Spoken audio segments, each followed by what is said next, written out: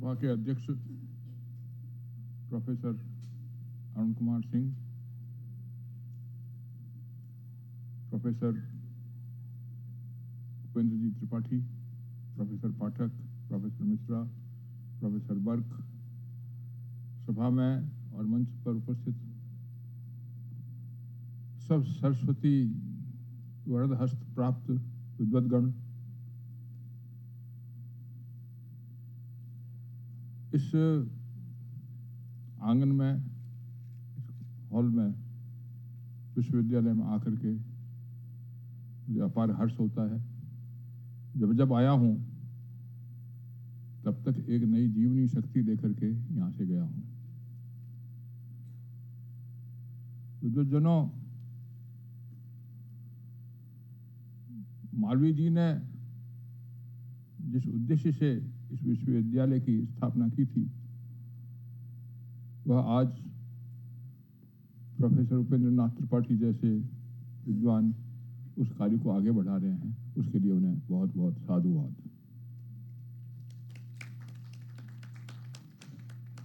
देखिए, मेरा कोई लेना देना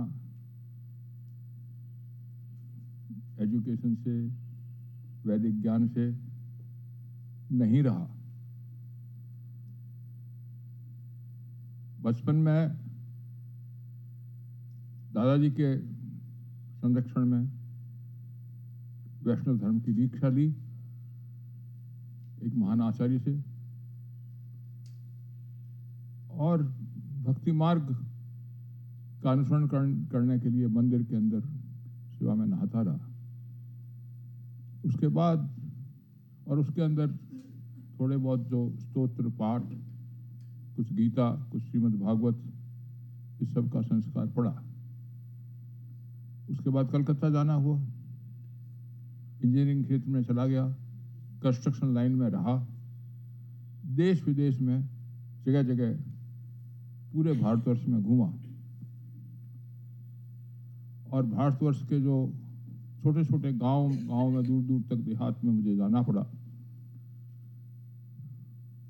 वहां पर जो साधारण लोग थे, मजदूरों के बीच में काम किया। फिर एक समय आ गया तो छोड़ करके सब और उस कार्य से निवृत्त होकर के जब बैठा तो मुझे ऐसा लगा कि समाज, परिवार, देश की तरफ देखूं, ध्यान दूं, तो मुझे बहुत सी कमियां दिखाई दी। समाज के अंदर जगह जगह मुझे एक टेंशन दिखाई दिया।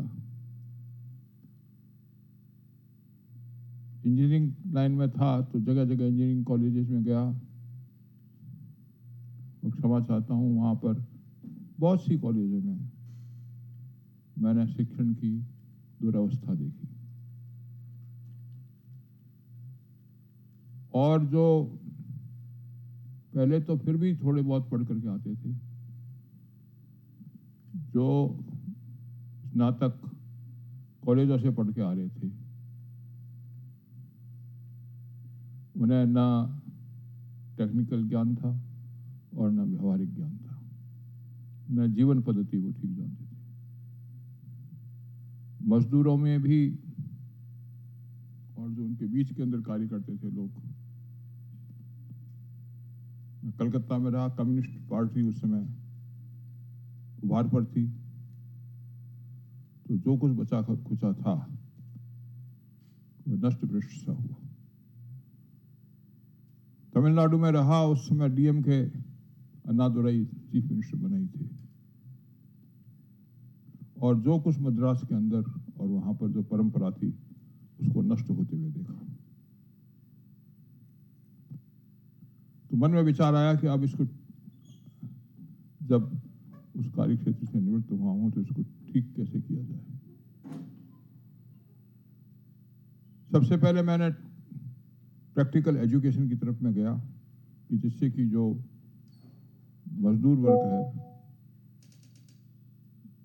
जो छात्र निकल करके आते हैं, उनको जीवन में कैसे संयोजित करें, और उनकी प्रैक्टिकल ट्रेनिंग का काम मैंने शुरू कराया। तो ट्रेनिंग कराते समय मुझे अनुभव हुआ कि टेक्निकल ज्ञान तो मैं दे सकता हूँ, कार्य की शिक्षा भी मैं दे सकता हूँ, दिलवा सकता हूँ, मैं तो क्या दूंगा, लेकिन उनकी जिंदगी को कैसे ठीक किया जाए। तो जगह जगह खोजता रहा, अपने शास्त्रों की शरण ली, विद्वानों को पूछा। निश्चित कार्यक्रम मुझे नहीं दिखाई दिया। कुछ बातें थोड़ी बहुत कुछ मिली, तो उससे व्यवहारिक शिक्षा और उनके जीवन को ठीक करने के लिए उसका उपयोग करने का एक चेष्टा मैंने की। आगे भी इस काम को आगे बढ़ाते हुए जब और देखा तो अनुभव हुआ कि हमने वेदों को छोड़ दिया, हम वैदिक शिक्षा से दूर हो गए। इवन श्रीमद् भागवत और रामायण से भी हम दूर हो गए, क्योंकि जो भागवत की कथा होती है उसमें क्या होता है ये आप सब लोगों को ज्ञात है। तो इस परिस्थिति में हम उस प्राचीन शिक्षा को, जो पराविद्या और अपराविद्या की शिक्षा थी, उसको कैसे लाएं, हम जीवन के अंदर इसको कैसे प्रैक्टिकल रूप में उतारें, यह बात मन में आई थी। और बिगड़ इसके हम अपनी संस्कृति की रक्षा कैसे कर सकेंगे, और जिस समाज की संस्कृति प्रदूषित हो जाती है, बिगड़ जाती है, वह समाज नष्ट हो जाता है। और यह प्रयास हमारे राजनेता भी करते रहे। मैं थोड़ा स्पष्ट वक्ता हूं, क्षमा चाहूंगा। तो इस परिस्थिति के अंदर वापस हम समाज को कैसे बनाएं, कैसे हमारी सनातन संस्कृति को पुनः समाज के अंदर अच्छी तरह प्रतिष्ठापित करें, जो हमसे छूट गया उसको लाएं, और जो वैज्ञानिक सोच जो थी हमारे यहाँ उसको वापस लाया जाए। बहुत बातें सुनता था, अग्नि के मंत्र सुने, 200 सूक्त है अग्नि के, अग्निमीदे पुरोहितम से मैक्स मूलर ने रिकॉर्ड कराया, पहला एडिसन ने रिकॉर्ड किया था। और बहुत सी बातें आई ध्यान में। मैं क्वांटम फिजिक्स पढ़ रहा था तो उस समय चेतना का प्रभाव कैसे एनर्जी पर पड़ता है उसके विषय में मैंने श्रोडिंगर के और नील्स बोर के और उनके जो विचार थे वो सुने, बोम के विचार सुने, तो लगा कि ये बातें तो हमारे यहाँ थी भाई, हमने छोड़ क्यों दी।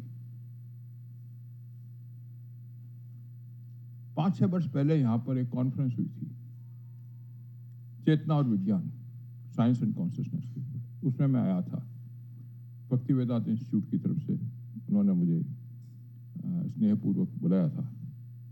उस समय भी इन बातों की बहुत चर्चा हुई, लेकिन ये चर्चा होके रह गई।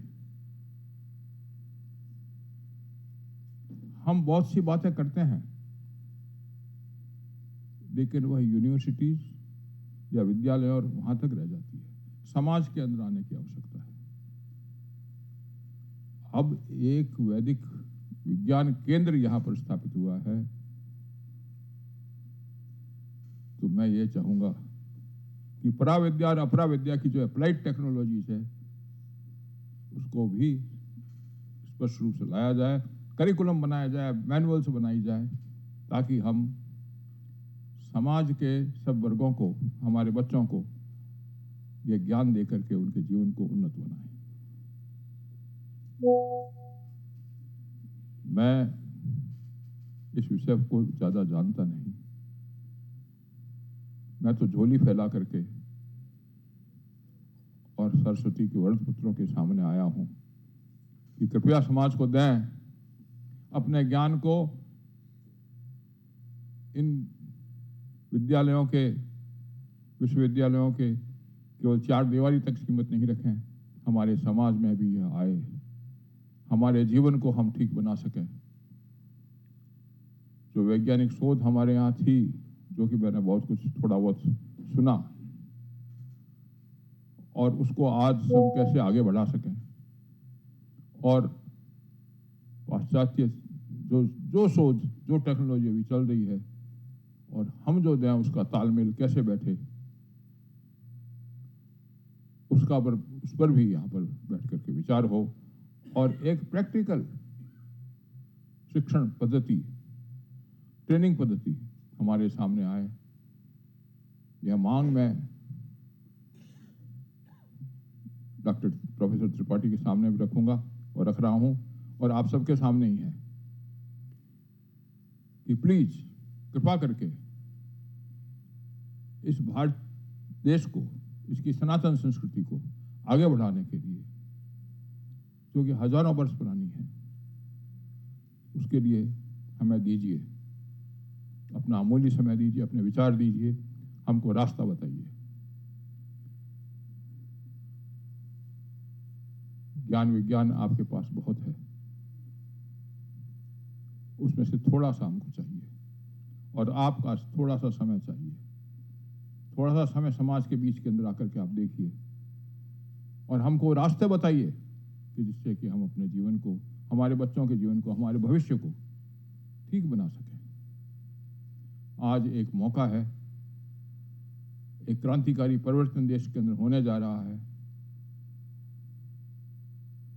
भगवान विश्वनाथ की इस नगरी से, जो कि विद्या की राजधानी है,